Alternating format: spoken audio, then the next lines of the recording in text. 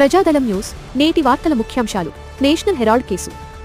National herald వార్తాపత్రికకు సంబంధించిన money laundering కేసులో కాంగ్రెస్ ఎంపీ సోనియా గాంధీ మరియు లోక్సభలో ప్రతిపక్ష నేత రాహుల్ గాంధీపై ఎన్ఫోర్స్మెంట్ డైరెక్టరేట్ ఈడీ ఛార్జిషీట్ దాఖలు చేసింది. డ్వాక్రా మహిళలకు శుభవార్త. ఆంధ్రప్రదేశ్లోని డ్వాక్రా మహిళలకు రాష్ట్ర ప్రభుత్వం తీపి కబురు అందించింది. కొత్త పథకం ద్వారా మొత్తం 6,000 రూపాయలు కోట్లు అందించనుంది. వాతావరణ శాఖ హెచ్చరిక. ఆంధ్రప్రదేశ్ ప్రజలకు వాతావరణ శాఖ హెచ్చరిక జారీ చేసింది. రానున్న రోజుల్లో పలు జిల్లాల్లో వర్షాలు మరియు పిడుగులు పడే అవకాశం ఉంది. అమరావతి అభివృద్ధి. అమరావతిలో అంతర్జాతీయ విమానాశ్రయం మరియు క్రీడానగరం నిర్మాణం కోసం అదనంగా 30 నుండి 40 వేల ఎకరాల భూసేకరణ అవసరమని మంత్రి నారాయణ తెలిపారు. వక్ఫ్ పిటిషన్లు.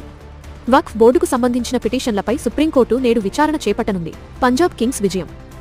నిన్న జరిగిన కోల్కతా నైట్ రైడర్స్తో జరిగిన మ్యాచ్లో పంజాబ్ కింగ్స్ సంచలన విజయం సాధించింది. పంజాబ్ కింగ్స్ 112 పరుగుల లక్ష్యాన్ని కాపాడుకుని విజయం సాధించింది.